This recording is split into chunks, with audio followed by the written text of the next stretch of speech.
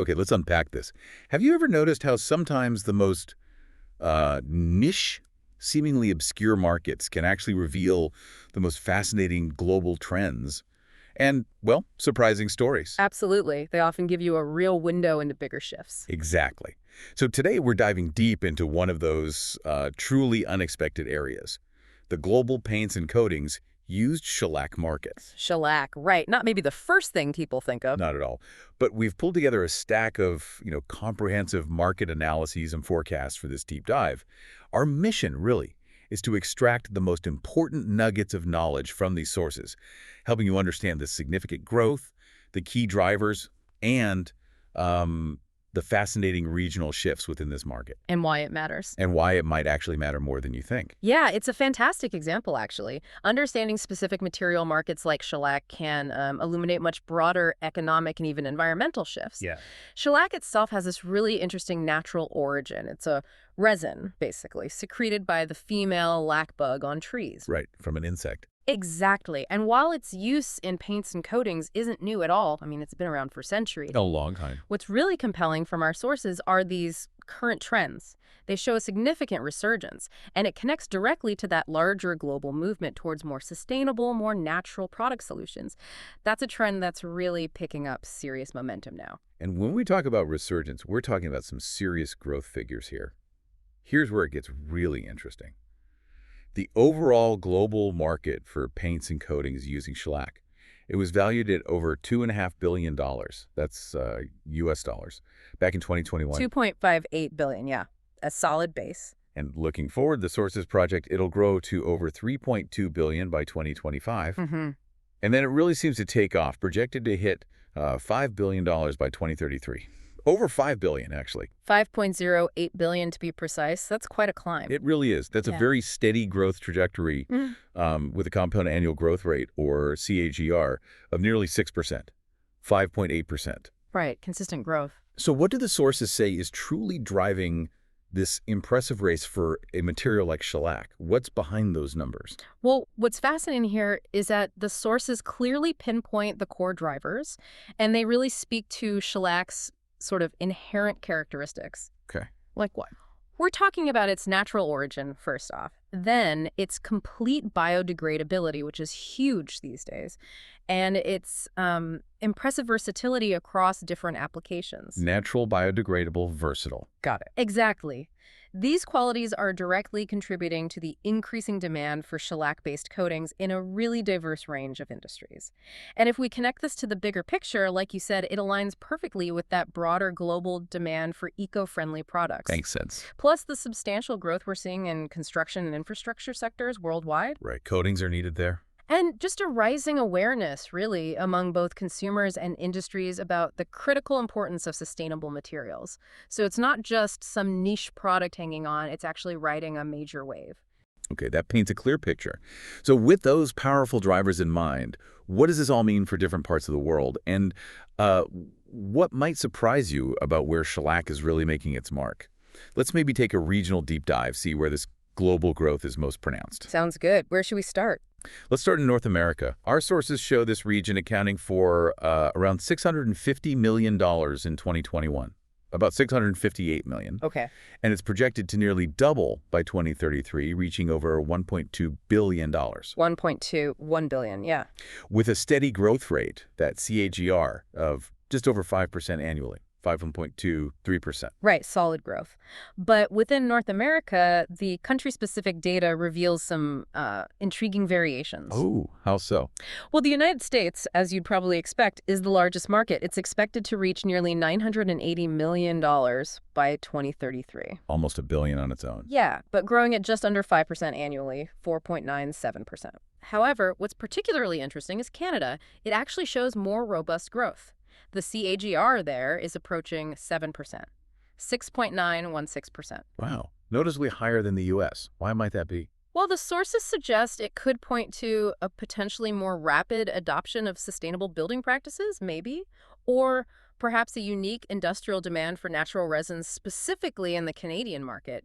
It's hard to say for sure, but the difference is there. Interesting. And Mexico? Mexico, on the other hand, it exhibits a slower CAGR, just over 3%, 3.4 to 1%, though still growing, rising from about 21 million to almost 33 million over the same period. Okay, so it really highlights how market dynamics can differ significantly, even within, a single continent. Exactly. It's not just about the total size, but that rate of change. That tells a story, too. That distinction is definitely key. Okay, let's move across the Atlantic. What about Europe?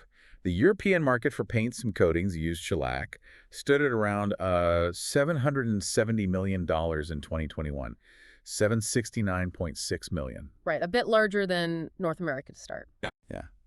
And it's forecasted to reach nearly 950 million by 2025, and then over 1.4 billion by 2033.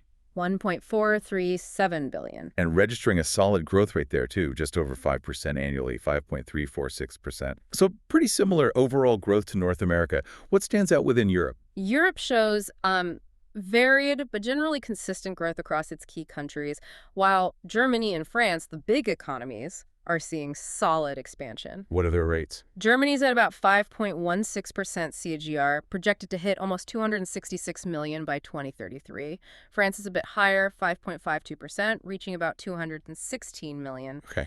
But what's kind of fascinating here is Italy's particularly strong growth. Their CAGR is approaching 6%. 5.898%, reaching over 165 million by 2033. Italy. Any thoughts on why? Again, speculative, but it might be linked to its, deep-rooted artisan industries, maybe furniture restoration areas where they might be quicker to adopt natural alternatives like shellac and specialized coatings. That makes sense. And interestingly, Russia and Spain are also showing even higher growth rates, both over 6%. Russia at 6.345%, Spain at 6.217%. Huh. So some pockets of faster growth there too. Definitely indicates some unique market demands. And you've got other significant markets, too, like the UK hitting about 168 million by 2033, Switzerland over 100 million, Sweden, Denmark, Luxembourg. They show more moderate growth according to the sources. So a complex picture, but generally strong, steady growth across Europe, leaning into those natural options. Precisely. It paints a picture of a continent really increasingly embracing these eco-friendly alternatives. Okay, now, if you thought the growth so far was impressive, our sources say the Asia-Pacific region really steps up the game. Oh, yeah. Asia-Pacific is where a lot of the action is. This region started at over $840 million in 2021, $844.5 million. Already the biggest region back then. Right. But it's climbing impressively to over $1.7 billion by 2033, $1.775 billion. That's a huge jump. It is. And at a strong annual growth rate, the highest regional CGR, actually over 6%, 6.388%. Yeah, significant momentum there. So what's driving this accelerated pace in Asia-Pacific? Well, Asia-Pacific is truly a powerhouse in this market. While China remains a major market, it's projected to reach over $525 million by 2033. It's still very large. Absolutely. But it's India that truly stands out in terms of growth rate. Our sources indicate it has the highest regional CGR by a fair bit, an impressive 8% annually, 8.167%. Wow, 8%. Yeah, growing from around 134 million in 2021 to over 344 million by 2033. That's more than doubling. Huge growth in India. And we also see strong growth in places like Singapore, nearly 7% CAGR. Australia, also strong at almost 6.8%. So why? Why is this region leading the global growth like this? It really ties back to a few key things. Rapid industrialization, for one, increasing construction activities across the board, and a massive growing middle class. Right, demanding more products. Exactly. Demanding more diverse and more sustainable products. So this isn't just about market size, though it's big. It's really about that explosive development happening there. That makes perfect sense. A confluence of factors driving demand. Precisely. Okay, now let's turn our attention maybe to the global south. What about South America? The market there is projected to progress from around $170 million in 2021 170.4 million. to over $350 million by 2033, $353 million. Right, so doubling there as well, roughly. What are the key players? In South America, the sources identify Brazil, Argentina, and Colombia as leading the way. And what's quite noticeable is that Argentina and Colombia post very similar KGRs. Really close, about 6.74%. Interesting. Both growing strongly and consistently. Yeah, it indicates a pretty consistent, strong growth trend across those economies as they, too, seek more, sustainable coating solutions for their expanding infrastructure and industries. Got it. Okay, moving on to the Middle East. Also shows a robust trend, I see. Its market is projected to grow from around 67 million, 67.1 million by 2021. turn nearly 150 million by 2033, 147.3 million. That's at a solid growth rate, too, nearly 6.8% annually. 6.7% CAGR. Yes, very healthy growth. And here, the UAE actually leads in regional CAGR. It's quite impressive, 7.803%. UAE leading the pack regionally. Yeah, which is pretty significant. They're closely followed by Egypt and Saudi Arabia, both showing strong growth as well. And Qatar and Turkey are also registering healthy expansion in this market. So what's the story there? Construction again? Seems likely. It Yeah. reflects a region undergoing, significant construction and development, often with quite modern projects, maybe with an increasing eye towards modern, sustainable practices, even if starting from a smaller base. Makes sense. Yeah. Okay, finally, let's look at the African market. It's set to reach over 150 million by 2033, 152.4 million. from roughly 72 million back in 2021. 72.3 million. That's at a CAGR of just over 6%, 6.208%.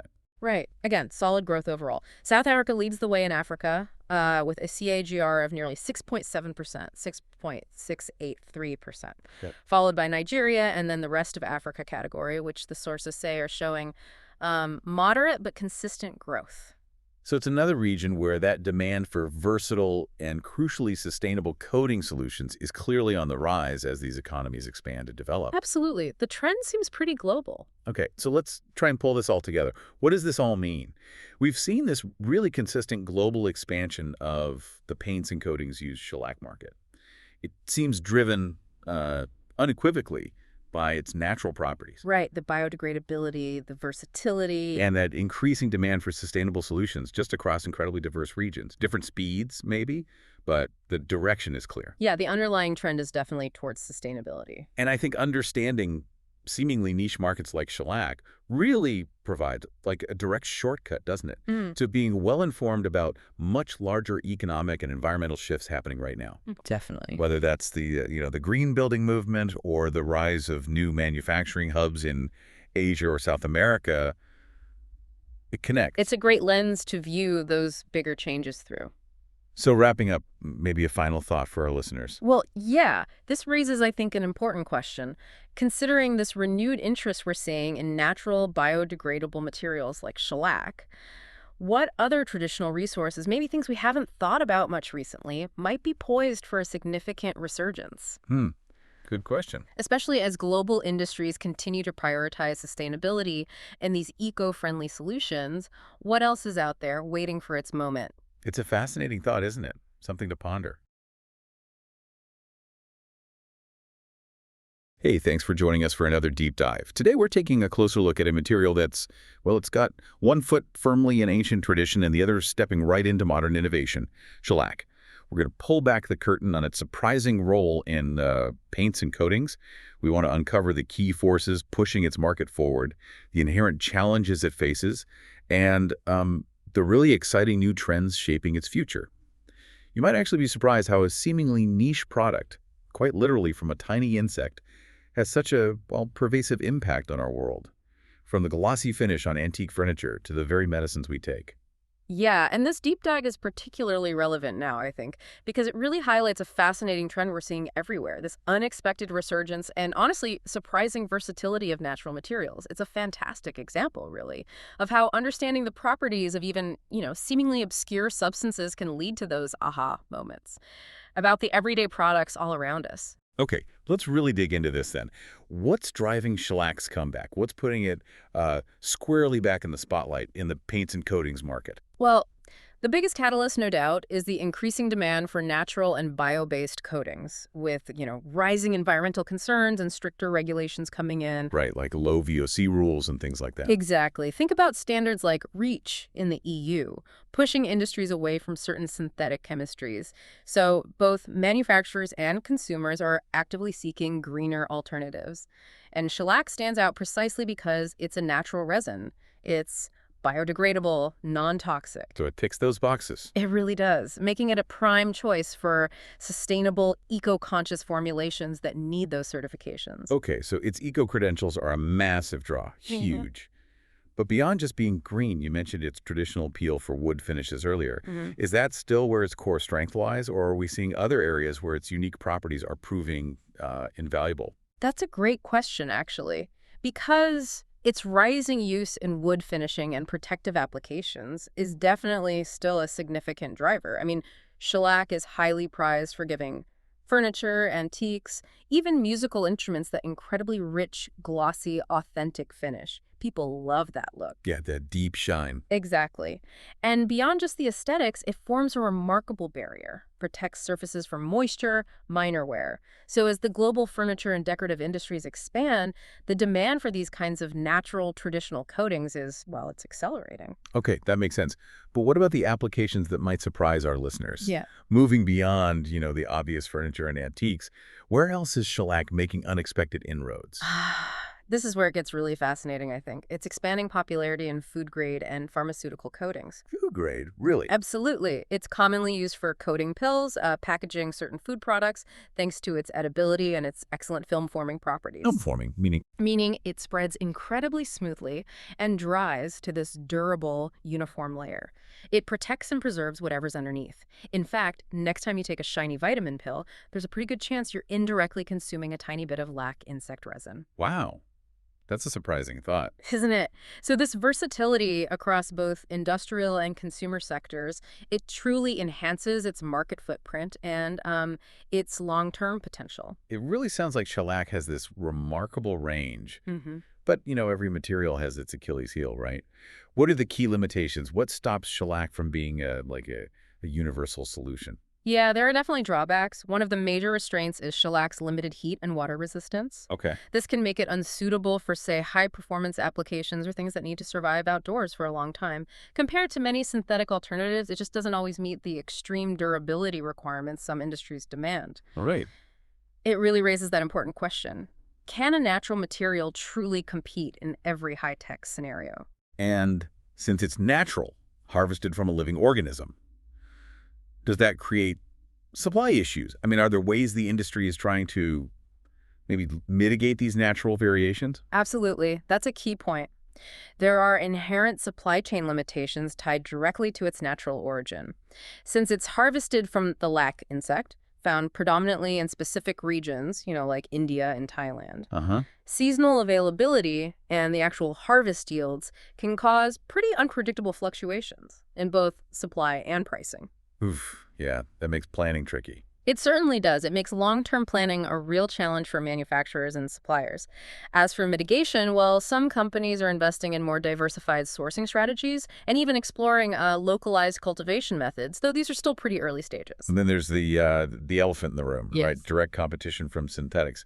Given that things like polyurethanes often have better weather resistance, better durability, how does shellac hold its own? Yeah, competition from synthetic coatings remains a significant hurdle, no question.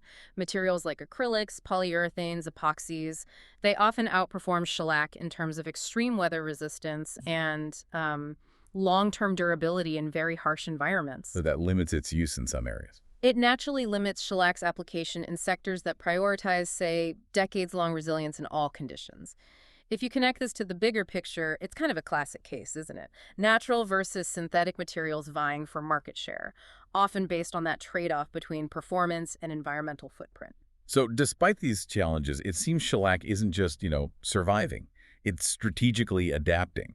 It's either leaning into its unique historical niche or cleverly overcoming its weaknesses through innovation. It's almost like a playbook for how traditional materials stay relevant. What are the latest trends that really show its adaptability, its continued relevance? We're certainly witnessing increased use of shellac in premium and heritage restoration projects. That's a big one.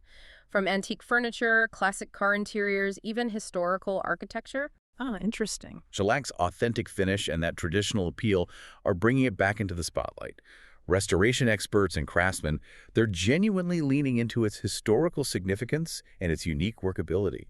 How easy it is to repair, for instance. Right. And that helps maintain steady demand in this very discerning niche market. That makes perfect sense for its traditional uses. But what about pushing its boundaries, getting into entirely new areas? Perhaps specifically addressing those performance limitations you mentioned earlier, like water resistance. Yes, and that's an incredibly exciting, evolving trend. The Integration of shellac into hybrid coating systems. Hybrid systems, what does that mean exactly? Well, we're talking about combining shellac with other natural resins or even modern bio-based polymers. Mhm. This kind of chemical marriage, it fundamentally changes its performance. It can improve properties like water resistance, flexibility. While keeping the green aspect. Exactly, while still retaining its overall eco-friendly appeal. These hybrid solutions they're really modernizing shellac's reputation and significantly broadening its commercial applications, allowing it to compete in areas it never could before, really. Okay, and finally, Hmm. where does shellac fit into our everyday lives? Especially with this growing interest, everywhere in organic and clean label products. Well, there's a distinct surge in demand for organic consumer products and packaging across the board. You see it everywhere.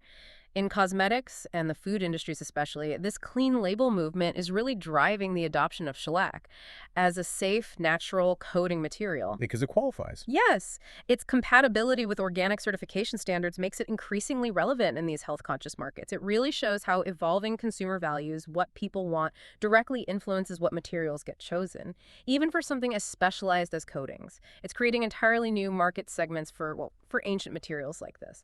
So wrapping this up, what does this all mean for shellac? We've seen how this seemingly humble natural resin is, well, it's not just surviving, but thriving, beautifully balancing its traditional roots with some pretty cutting-edge modern innovation, driven by both its unique inherent properties and our dramatically changing global priorities towards sustainability.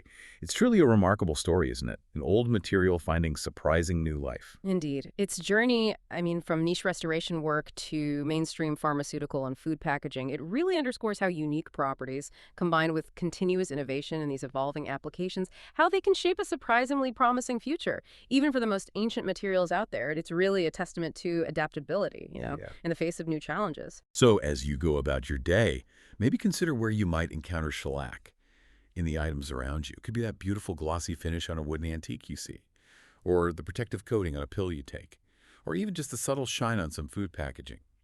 What does this deep dive make you wonder about? About other hidden natural materials that might be poised for a resurgence in our modern world?